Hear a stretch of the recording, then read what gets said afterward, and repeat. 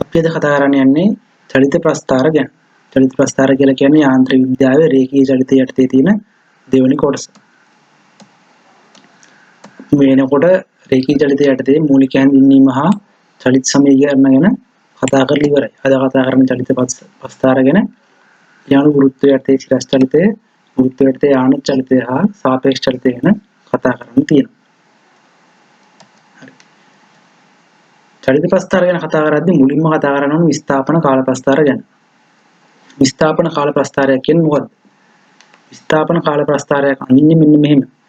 සරල රේඛාවක චලිත වෙන වස්තුවක කාලයත් එක්ක විස්ථාපනය වෙනස් වෙන විදිහ ප්‍රස්ථාරගත කරාම අපිට විස්ථාපන කාල ප්‍රස්ථාරයක් හම්බ වෙනවා. සරල රේඛාවක චලිත වෙන වස්තුවක කාලයත් එක්ක විස්ථාපනය විචලන වෙන අය. අපි දැන් ඕක ප්‍රස්ථාරය අඳින්නේ කොහොමද? අපි x අක්ෂයට ගන්නවා කාලය. x අක්ෂයට ගන්නවා කාලය. y අක්ෂයට ගන්නවා විස්ථාපනය. එතකොට කාලයත් එක්ක විස්ථාපන වෙන හැටි ප්‍රස්ථාරයක් ගන්නාම අපිට හම්බ වෙනවා විස්ථාපන කාල ප්‍රස්ථාරය. විස්ථාපන කාල ප්‍රස්ථාරයක අනුක්‍රමණයෙන් ප්‍රවේගය නිරූපණය වෙනවා. බලමු ඒක කොහොමද වෙන්නේ. මේ තියෙන්නේ දැන් විස්ථාපන කාල ප්‍රස්ථාරය. එතකොට මේ තියෙන්නේ කාලය විස්ථාපනය s. අනිවාර්යයෙන්ම ඒකක දාන්න ඕනේ මීටර වලින් විස්ථාපනයට කාලයට ඒකක තප්පර වලින් seconds. එහෙමනම් මේ විදිහේ විස්ථාපන කාල ප්‍රස්ථාරයක් තිබ්බොත් එහෙම අපි තෝරගන්නවා p කියලා ලක්ෂයක් මේ ප්‍රස්ථාරය මත තියෙන. දැන් මේකේ අනුක්‍රමණය හොයන්න ඕනේ. අනුක්‍රමණය කියලා කියන්නේ මේ ලක්ෂයේ ස්පර්ශ වෙන විදිහට අඳින මේ ලක්ෂයේ ස්පර්ශ වෙන විදිහට අඳින ස්පර්ශකයෙන් ඇදෙන ත්‍රිකෝණ. නම් මේ ත්‍රිකෝණයේ උස මම ගන්නවා ඩෙල්ටා s කියලා. මේ ත්‍රිකෝණයේ ආධාරක වාදය මම ගන්නවා ඩෙල්ටා t කියලා. එතකොට අනුක්‍රමණය කියලා කියන්නේ මෙන්න මෙතන කෝණයේ tan නගේ tan θ. එහෙනම් මේ p වලදී අනුක්‍රමණය අපිට ලියන්න පුළුවන් ඩෙල්ටා s බෙදීම ඩෙල්ටා t. කියන්නේ මේ හරියටම tan නගේ සම්මුඛ පාදයේ බෙදීම බද්ධ පාදය. එහෙනම් විස්ථාපන කාල ප්‍රස්ථාරයේ අනුක්‍රමණය හැම වෙලෙම නිරූපණය වෙන්නේ ප්‍රවේගය. ඊළඟට අපිට පුළුවන් විස්ථාපන කාල ප්‍රස්ථාරයකින් මධ්‍යයන් ත්වරණයත් වෙන්න. ආයෙත් මේ විදිහේ චලිත විස්ථාපන කාල ප්‍රස්ථාරයක් ගත්තොත් එහෙම මේ තියෙන්නේ විස්ථාපන කාල ප්‍රස්ථාරයේ විස්ථාපනයේ කාලයත් එක්ක වෙනස් වෙන හැටි. මම ගන්නවා p කියලා ලක්ෂයක්. අමතක කරන්න එපා මේ කාලයයි විස්ථාපනයයි ලකුණු කරලා තියෙන්න ඕනේ ප්‍රස්ථාරයේ අක්ෂ දෙක. එහෙම නැත්නම් මේක චලිත ප්‍රස්ථාරයක් වෙන්නේ නැහැ කොහොමද? ඒකින්ද අනිවාර්යෙන් ප්‍රස්ථාරය යන්න ගමන් ts ඒකකත් එක්ක ලකුණු කරලා තියෙනවා. ඊළඟට තව q කියලා ලක්ෂයක් ගන්නවා. ඊළඟ p ලක්ෂයේදී ස්පර්ශයක් ඇඳලා මම එතනදී ප්‍රවේගය හොයනවා. q ලක්ෂයේදී ස්පර්ශයක් ඇඳලා මම එතනදී ප්‍රවේගය හොයනවා. එහෙනම් p වලදී ඇඳ ත්‍රිකෝණයේ විස්ථාපන වෙනස ඩෙල්ටා s එක කාල වෙනස ඩෙල්ටා t එක කියලා ගන්නවා. q වලදී ඇඳ ස්පර්ශයට අදාළ ත්‍රිකෝණයේ කාල වෙනස ඩෙල්ටා t දෙක විස්ථාපන වෙනස ඩෙල්ටා s දෙක. එතකොට මේ p ලක්ෂය එන්නේ t එක කියන කාලයේදී q ලක්ෂය අපි සලකන්නේ t දෙක කියන කාලයේදී. දැන් අපිට පුළුවන් ලියන්න p ලක්ෂයේදී q ලක්ෂයේදී ප්‍රවේග මොනවද කියලා. p වලදී ප්‍රවේගය කියලා කියන්නේ මෙන්න මේ අදින ස්පර්ශකයේ අනුක්‍රමණය. θ කියලා ගත්තොත් එහෙම tan θ කියලා කියන්නේ ඩෙල්ටා s එක බෙදීම ඩෙල්ටා t එක. q වලදී ප්‍රවේගය කියලා කියන්නේ මෙන්න මේ කෝණේ tan නගේ. ඒ කියන්නේ ඩෙල්ටා s දෙක බෙදීම ඩෙල්ටා t දෙක. එහෙනම් මධ්‍යයන් ත්වරණය කියලා කියන්නේ මෙන්න මේ t එකේ ඉඳන් t දෙක කියන කාල පරාසය ඇතුලේ මේ ප්‍රවේග වෙනස ඒ කියන්නේ p q වලදී ප්‍රවේගයෙන් p වලදී ප්‍රවේගය අඩු කරලා බෙදෙනවා මේ දෙක අතර කාල වෙනස. මොනක තමයි මධ්‍යයන්නේ ත්වරණය කියලා කියන්නේ. ඊළඟට අපිට තියෙනවා විස්ථාපන කාල ප්‍රස්ථාරයක හැඩයත් එක්ක චලිත ස්වභාවය කොහොමද විස්තර කරන්න කියලා දැනගන්න. මේකේ තියෙන අවස්ථා කීපයක්. පළවෙනි එක තමයි නිශ්චලතාවය. විස්තරතාවයේ මම මේ හැම එකකදීම සලකනවා මෙන්න මෙහෙම රූපයක්. ඕලක්ෂී නම් මේ පැත්තට විස්ථාපනය මම ධන කියලා ගන්නවා. මේ පැත්තට විස්ථාපනය ඍණ කියලා ගන්නවා. මේ පැත්ත කොනේ තියෙන A, මේ පැත්තේ තියෙන B. එතකොට දැන් කෙනෙක් මෙතන හිටගෙන ඉන්නවා. කාලය හැමම ගත වෙනවා. එතකොට මොකද වෙන්නේ? මේ ලක්ෂයේදී මම විස්ථාපනය බිඳුවයි කියලා ගන්න. එහෙමනම් එයාගේ විස්ථාපනය වෙනසක් වෙන්නේ නැහැ. එහෙනම් එයාගේ විස්ථාපනයගේ වැඩි වෙන්න විදියක් නැහැ. එයාගේ විස්ථාපනයගේ බිඳුවේමයි දිගටම. හැබැයි කාලය ගත වෙනවා. එහෙනම් එයාගේ විස්ථාපන කාල ප්‍රස්ථාරය හම්බෙන්නේ මෙන්න මේ විදිහට. ඊළඟට එයා ඒ ලක්ෂයේ හිටියොත් එහෙනම් මොකද වෙන්නේ? අපි දැන් විස්ථාපනය කියලා බිඳුවයි කියලා ගන්න මෙන්න මෙතන. එතකොට එයාට දැන් විස්ථාපනයක් තියෙනවා. හැබැයි මේ විස්ථාපනය කාලයත් එක්ක වෙනස් වෙන්නේ නැහැ. ඒකින්ද විස්ථාපනයක් තියෙනවා යම් කිසි කාලය ගත වෙනවා විස්ථාපන වෙනසක් වෙන්නේ නැතු. ඊළඟට B ලක්ෂයේ හිටියොත් එහෙම එයාට දැන් තියෙන්නේ විස්ථාපනයේ ඍණ විස්ථාපනය. එයි අපි මෙතන දැන් මෙහා පැත්තටම ඉන්නේ විස්ථාපනයේ ඍණ විදියට. එහෙමනම් එයා එතනදී කාලය ගත වෙනවා එයාගේ විස්ථාපන වෙනසක් සිදු වෙන්නේ නැහැ. මුලින් තිබ්බ විස්ථාපන වෙනස ඒ විදිහටම අන්තිම වෙනකලුත් තියෙනවා. හැබැයි කාලය ගත වෙලා තියෙනවා. ඊළඟට ඒකාකාර ප්‍රවේගයෙන් ධන දිශාවට චලිත වෙන වස්තුවක්. දැන් එයා මුලින්ම පටන් ගන්නවා මෙන්න මෙතනදී. O කියන ලක්ෂය. අපි මේකට කියනවා සමුද්දේශ ලක්ෂය කියලා කියනවා. විස්ථාපනයේ බිඳුවක් වෙන ලක්ෂය. එතකොට මෙයා මෙහෙට චලිත වෙද්දී මොකද වෙන්නේ? කාලය ගත වෙනවා ඊට අමතරව මෙයාගේ විස්ථාපනයත් මෙහෙට වැඩි වෙනවා. එහෙමනම් කාලය ගත වෙද්දී විස්ථාපනයත් වැඩි වෙනවා. ඒතර ප්‍රස්ථාරය එන්නේ මෙන්න මේ විදිහේ සරල රේඛීය ප්‍රස්ථාරයක්. ඒ සරල රේඛියක් හම්බෙන්නේ ඒකාකාර ප්‍රවේගයෙන් ගමන් කරන හින්දා. ඒකාකාර ප්‍රවේගයෙන් ගමන් කරද්දී ප්‍රවේගය වෙනස් වෙන්න බෑ. ඒ කියන්නේ මේ ප්‍රස්ථාරයේ අනුක්‍රමණය වෙනස් වෙන්න බෑ. අනුක්‍රමණය කොහෙදි ගත්තත් එකම අගයක් තියෙන්න ඕන. මෙතන දික්ටීට මෙතන දික්ටීට. හරිනේ. ඊළඟට ඒකාකාර ප්‍රවේගයෙන්ම ධන දිශාවට චලිත වෙන්න පටන් ගන්නවා. එයා මෙතන ඉඳන් O ඉඳන් S නෝඩ් දුරක් එහායි. එතකොට මොකද වෙන්නේ? මේ S නෝඩ් දුරම ප්‍රස්ථාරයේ පටන් ගන්නෙ උඩින්. ඒ උඩට යන්නේ මේ පැත්තට අපි මයින විස්ථාපන ධන නිසා. ඒතර මෙතන ඉඳන් ආයෙත් අර විදිහේම සරල රේඛීය ප්‍රස්ථාරයක්. අනුක්‍රමණය වෙනස් වෙන්නේ නැහැ. දිගටම සමානයි. ඒකාකාර ප්‍රවේගයෙන් ගමන් කරන හින්දා. ඊළඟට දැන් යා ඕට වම් පැත්තේ තියෙන ලක්ෂයක් ඉඳන් පටන් ගන්නවා. ඒ කියන්නේ විස්ථාපනයේ ඍණ පැත්තෙන් තමයි දැන් පටන් ගන්න. ඒතර මම ගන්නවා මෙතන ඉඳන් මෙතන දුරත් S නෝට් කියලා. එහෙනම් ඉස්සෙල්ලා වගේමයි විස්ථාපනයේ මෙතනදී බිඳුවයිනේ. එහෙනම් මීට වඩා අඩු තැනකින් තමයි පටන් ගන්න. ඒ කියන්නේ S නෝට් දුරක් පල්ලෙහෙන් මේ විස්ථාපන කාල ප්‍රස්ථාරේ. එතකොට මෙයාගේ විස්ථාපනය වෙනස් වෙනවා මෙන්න මේ විදිහේ සරල රේඛීය ප්‍රස්ථාරයක් විදිහට. ඊළඟට ඒකාකාර ප්‍රවේගයෙන් ඍණ දිශාවට චලිත වීම. ඍණ දිශාව කියලා කියන්නේ මෙන්න මේ පැත්තට. ඕවල ඉඳන් මේ පැත්තට තමයි අපි විස්ථාපනයේ ඍණ කියලා ගත්තේ. එහෙනම් මෙයා මෙහෙට චලිත වෙද්දී මොකද වෙන්නේ? අනිවාර්යෙන් විස්ථාපනයේ මේ පැත්තට තමයි දැන් මනින්නේ ඍණ පැත්තට. කාලය ගත වෙනවා. එහෙනම් ප්‍රස්ථාරය කොහොමද එන්න ඕනේ? මෙන්න මේ විදිහට. සරල රේඛීය ප්‍රස්ථාරයක්. ඇයි ඒකාකාර ප්‍රවේගයෙන් ගමන් කරන හින්දා. අනුක්‍රමණය වෙනස් වෙන්න බෑ. මේ තැන්වලදී අනුක්‍රමණය සමානයි. ඊළඟට ඒකාකාර ප්‍රවේගයෙන්ම ඍණ දිශාවට තමයි ගමන් කරන්නේ. හැබැයි මෙයා මෙතන ඉඳන් S නෝඩ් දුරක් එහායින් ගමන් කරන්නේ. එතකොට මොකද වෙන්නේ? ආයෙත් අර S නෝඩ් දුරම පල්ලෙහෙන් තමයි මෙයාගේ විස්ථාපනය පටන් ගන්න. ඇයි පටන් ගන්නකොට මෙයාට S නෝඩ් කියලා විස්ථාපනයක් තියෙනවා ආරම්භක විස්ථාපනය. එහෙමනම් මෙයාගේ විස්ථාපන කාල ප්‍රස්ථාරය එන්නේ මෙන්න මෙතනින් පටන් අරගෙන සරල රේඛීය ප්‍රස්ථාරය.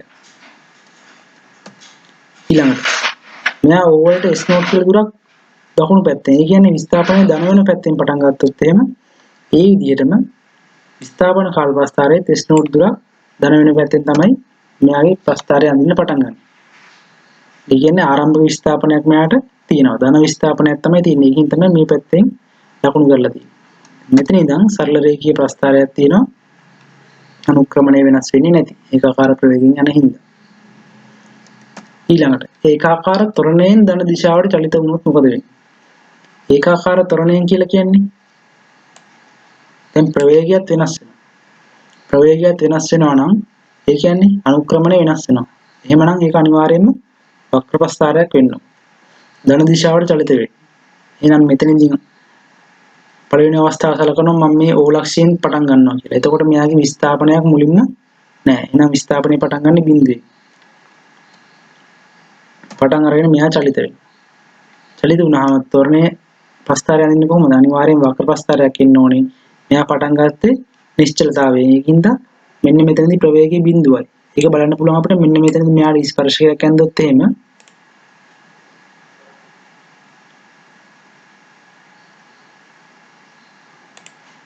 මෙතනදී මෙයාට ස්පර්ශයක් ඇඳොත් එහෙම ඒක හරියටම කෝණයේ බිඳුවක් වෙන විදිහට තමයි ඇඳෙන්නේ. ඒ කියන්නේ ප්‍රවේගයක් නැහැ.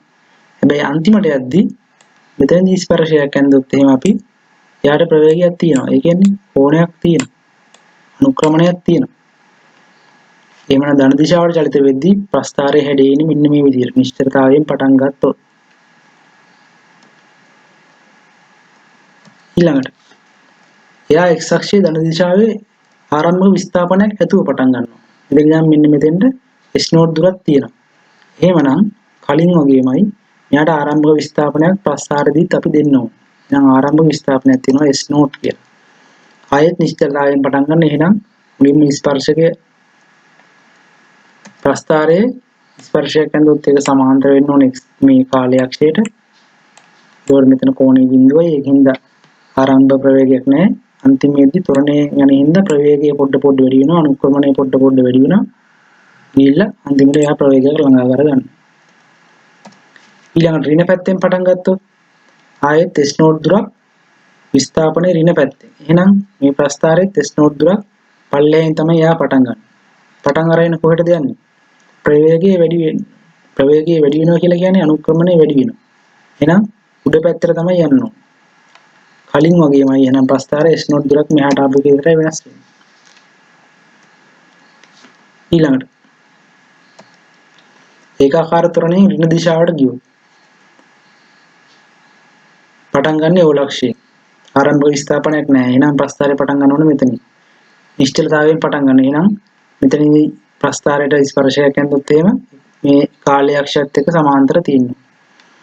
එහෙනම් මෙයා මෙහි පැත්තට ත්වරණයෙන් යද්දී ඔන්න විදිහේ ප්‍රස්ථාරයක් තමයි හම්බෙන්නේ. මොකද මෙතනදී ප්‍රවේගයේ බිඳුවයි. එයා අන්තිමට එයා ප්‍රවේගය අරගෙන තියෙනවා. මේ තැනින් ප්‍රවේගය වෙනස් වෙනවා. මේ අනුක්‍රමණය වෙනස් වෙනවා. ඒකට අනුක්‍රමණය වෙනස් වෙද්දී ප්‍රවේගය වෙනස් වෙනවා. ඒ කියන්නේ එයා ඒකාකාර ත්වරණයකින් යන්නේ. ඊළඟට ඒකාකාර ත්වරණයෙන්ම එයා s නෝට් කියලා ඍණ විස්ථාපනයක් ඇතුව පටන් ගත්තොත් මොකද වෙන්නේ? ආරම්භක විස්ථාපනයේ ඍණ විස්ථාපනයක් තියෙනවා කියලා කියන්නේ ප්‍රස්ථාරයේත් අපි මේ ඍණ විස්ථාපනයේ මේ විදිහටම තියාගන්න ඕනේ. ඊළඟට නිශ්චලතාවයෙන් පටන් ගන්න. එහෙනම් මෙතන අනුක්‍රමණය බිඳුව ඉස්සෙල්ල වගේම ප්‍රස්ථාරයක් අපිට හම්බ වෙනවා. අන්තිමට යාට ප්‍රයෝගයක් තියෙනවා. ඊළඟට ඒකාකාර ත්වරණයෙන් ඍණ දිශාවට ගමන් කරනවා. එයාට මුලින්ම තියෙනවා ධන විස්ථාපනයක් s නෝට් කියලා. එහෙනම් අපි මේ s නෝට් කියන ධන විස්ථාපනය මේ විස්ථාපන කාල ප්‍රස්ථාරයේ ධන පැත්තෙන් ලකුණු කරන්න ඕනේ s නෝට් කියලා. එහෙනම් මෙතනදිත් පටන් ගන්න නිශ්චලතාවයෙන් අර විදිහින් ප්‍රස්ථාරයක් අපිට හම්බෙනවා. ඊළඟට ඒකාකාර මන්දනෙන් ධන දිශාවට චලිත වෙනවා. මන්දනය කියලා කියන්නේ මොකද්ද? ඍණ ත්වරණය. ඒ කියන්නේ ත්වරණය අඩු වෙනවා. ත්වරණය අඩු වෙනවා කියලා කියන්නේ ප්‍රවේග වෙනස අඩු වෙනවා. ඒ කියන්නේ අනුක්‍රමණය අඩු වෙනවා. එහෙනම් මේ ප්‍රස්ථාරයේ අන්තිමට යද්දී අනුක්‍රමණය අඩු වෙන විදිහටයි තියෙන්නේ. එතකොට බිඳුවෙන් පටන් ගත්තොත් එහෙම. ඒ කියන්නේ සමුද්‍ර දේශ ලක්ෂයෙන් ඕලක්ෂයෙන් පටන් ගත්තොත් එහෙම මෙහා මෙහෙට දකුණු පැත්තට වෙන දිශාවට චලිත වෙනවා මෙන්න මේ පැත්තට.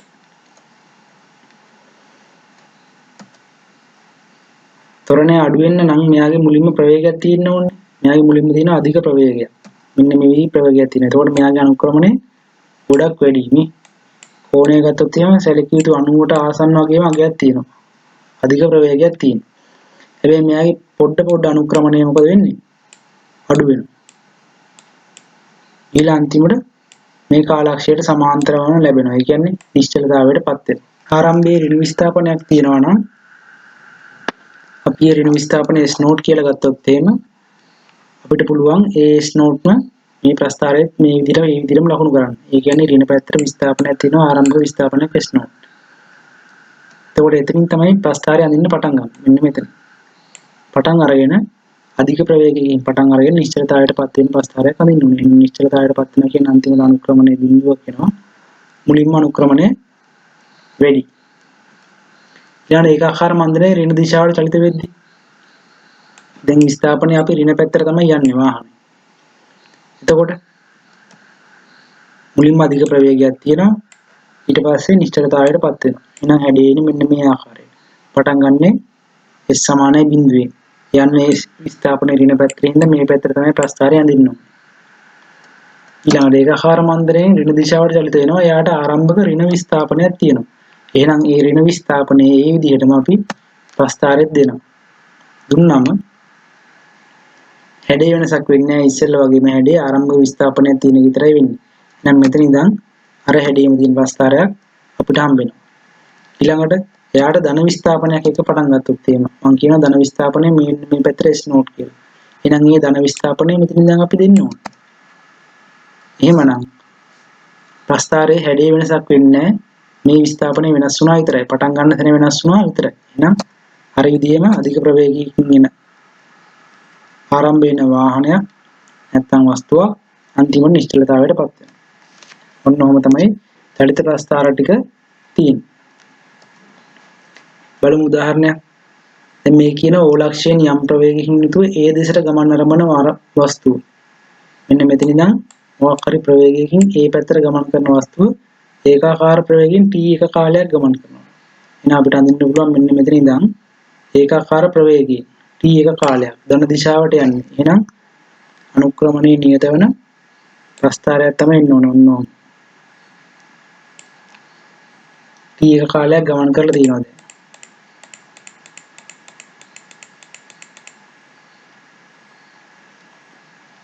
ශනිකව හැරෙනවා. ශනිකව හැරෙනවා කියලා කියන්නේ මෙතෙන්ට ආපු එක්කෙනා ආයෙත් අනිත් පැත්තට හැරෙනවා. දැන් එයා යන්නේ මෙතනින් පටන් අරගෙන මෙන්න මේ පැත්තට. ඒ කියන්නේ විස්ථාපනයේ ඍණ වෙන පැත්තට තමයි යන්නේ දැන්. එහෙනම් මෙයා මෙතනින් අනිත් පැත්තට හැරෙන එක විස්ථාපන කාල ප්‍රස්ථාරය පෙන්වන්නේ මේ පැත්තට ප්‍රස්ථාරය අදිනවා. මේ පැත්තට. එතකොට මුල් ප්‍රවේගයට වඩා වැඩි ඒකාකාර ප්‍රවේගයකින් තමයි යන්නේ. ඒ කියන්නේ කොහොමද? මේ ප්‍රවේගයට වඩා වැඩි කියලා කියන්නේ මේ ප්‍රවේගයට අනුක්‍රමණයේ t කියලා ගත්තනම් t කියලා ගත්තනම් මේ කෝණයට වඩා වැඩි කෝණයකින් තමයි මේ ප්‍රවේගය එන්නේ. එහෙනම් අනුක්‍රමණය ඊටත් වඩා වැඩි වෙනවා. එතකොට මේ දෙක අතර කාල වෙනස වෙනස්. මෙතෙන්ට යන වැඩිපුර කාලයක් යනවා. මෙතන නම් මෙතෙන්ට එන්න.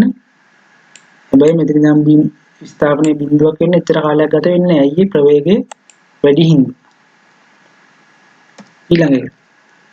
ඕලක්ෂයෙන් අධික ප්‍රවේගයෙන් ඒ දෙස ගමන් අරඹන වස්තුව. මෙන්න මෙතන ඉඳන් අධික ප්‍රවේගයකින් ගමන් අරඹන වස්තුව. t එක කාලයක් ගමන් කරලා අන්තිමට එයා නිශ්චල වෙනවා. ආයෙත් හැරිලා මෙතෙන්ට ඇවිල්ලා ආයෙත් හැරිලා අධික ප්‍රවේගයකින් t දෙක කාලයක් ගමන් කරලා ඕලක්ෂයට පැමිණෙනවා.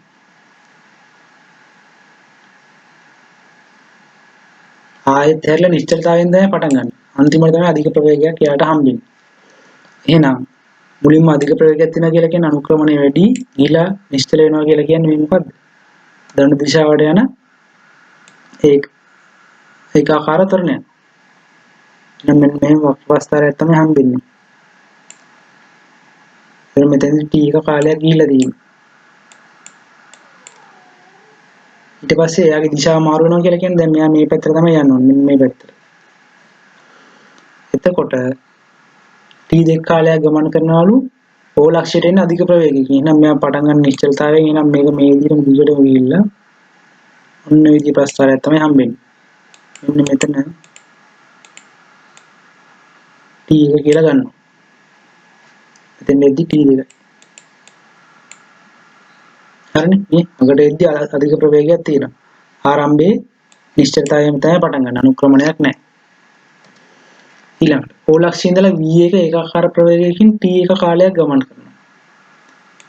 V1 ඒකාකාර ප්‍රවේගයකින් t1 කාලයක් ගමන් කරනවා. මම ගන්න මේක t1 කියලා. මේ V1 ප්‍රවේගයකින් තමයි යන්නේ. ගිහිල්ලා ෂණිකව නිශ්චල වෙනවා. ඒ කියන්නේ මෙන්න මෙතනදී එයා නවතිනවා. ඉතින් එයාට විස්ථාපනය වෙනස් වෙන්නේ නැහැ. t2 කාලයක් නිශ්චලව ඉන්නවා. එහෙනම් t2 කියලා කාලයක් මෙයා මෙතනට වෙලා ඉන්නවා. විස්ථාපන වෙනසක් වෙන්නේ නැහැ. ඔන්න විදිහට. මේක සරල රේඛාවක් එන්නේ. එහෙනම් t කාලයේ t2ක් වෙනකොට එයා නිශ්චලතාවයේ ඉන්නවා නැවතිලා. ලබාගත් විස්ථාපනයේම ඊළඟට ආයෙත් හැරිලා v1කට වඩා වැඩි ප්‍රවේගයකින් v1කට වඩා වැඩි ප්‍රවේගයකින් දැන් කලිනුත් කිව්වනේ. ඒ කියන්නේ මීට වඩා වැඩි අනුක්‍රමණයක් තියෙනවා. එහෙනම් මීට වඩා බැයුම වැඩි. මෙන්න මේ ප්‍රවේගයක් එනවා. අනුක්‍රමණය වැඩි කියන්නේ බැයුම වැඩි. t3 කාලයක් ගමන් කරලා O ලක්ෂයට පැමිණෙනවා. හරිනේ? ඊළඟට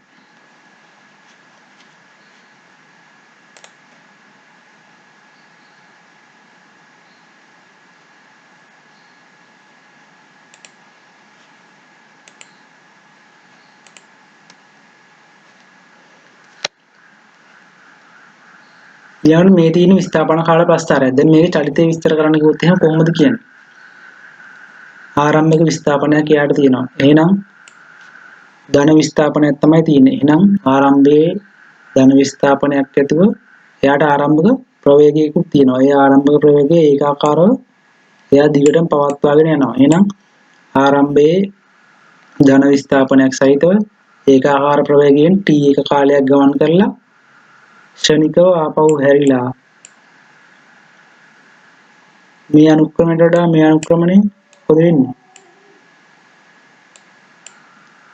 පොඩ්ඩක් අඩු. එහෙනම් මීට වඩා අඩු ප්‍රවේගයකින් විස්ථාපනයේ බිඳුවෙන් ලක්ෂයත් පහු කරලා දැන් මෙයා ඍණ පැත්තට යනවා තව. එහෙනම් සමුද්‍ර දේශ ලක්ෂය පහු කරලා t2 කාලයක් චලිත වෙනවා. ඊළඟට මේක ගත්තොත් එහෙනම් මෙයාගේ ආරම්භ ප්‍රවේගය ඉතාමත් අධිකයි. ගිහිල්ලා t1 කාලයකදී නිශ්චල වෙනවා.